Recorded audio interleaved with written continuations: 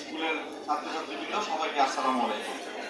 আমি আপনাদের এই বিষয়ে আমাদের এসপি স্যার খুব ভালোভাবে আলোকপাত করবেন।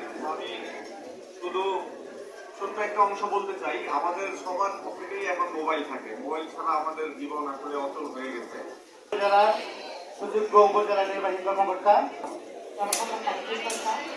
উপস্থিত রয়েছে আমাদের বদলগাছি অংশগ্রহণ। এর আগে আমি এবং আমাদের উপজেলা সুযোগ্য অফিসার ইনচার্জ মহোদয় আমরা বালুপুর একটা সকালে উঠিয়া বলি মনে মনে। আমরা কি এই কবিতা এখন আর পড়ি? আমরা কিন্তু আমল করি না। আজকের এই মত বিনিময়ে সবাইকে জানাচ্ছি জেলা পুলিশের পক্ষ থেকে আন্তরিক শুভেচ্ছা এবং অভিনন্দন। তোমরা সবাই ভালো আছো? আমরা একটা সবাই মিলে একটা জোরে করতালি দিই। তোমাদেরকে কিন্তু টিভিতে দেখাবে।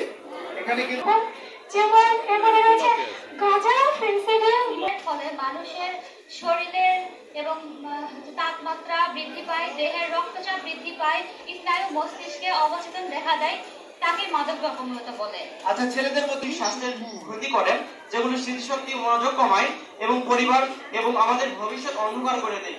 এগুলো এইসব দ্রব্যগুলো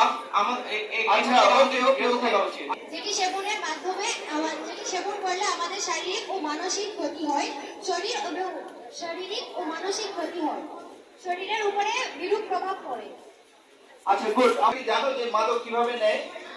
আমি নিজেও জানতাম না। প্রায় 14-15 বছর পুলিশের চাকরি করার পর আমি যখন অতিরিক্ত পুলিশ সুপার, তখন আমি মনে করতাম ইয়াবা মনে হয় ট্যাবলেটের মধ্যে এরকম করে গিলে খায়, আর খাওয়ার পর মনে হয় এই সিগারেটের পয়সা কোথা থেকে আসবে বলো?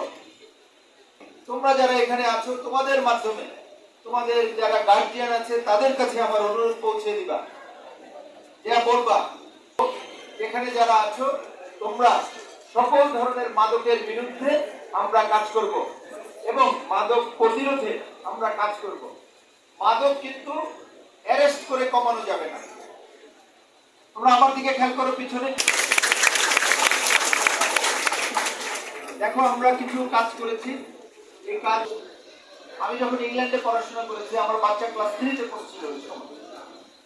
ওদের ক্লাসে প্রাইমারি পাঠ্যপুস্তক কিন্তু অনেক জীবন ঘটেছে এবং সেখানে তুমি কিভাবে রাস্তা বললাম মাদক নিয়ে। তোমাদের এই এলাকায় যদি কোনো সাজেশন থাকে, তোমাদের কাছে কাগজ কলম আছে, আমি প্রশ্ন উত্তরের সুযোগ দেব। একই সাথে তোমরা একটা কাগজে লিখে, কারণ নাম জানবে না, এই কাগজে লিখে আমি সাথে করে পকেটে করে নিয়ে যাব।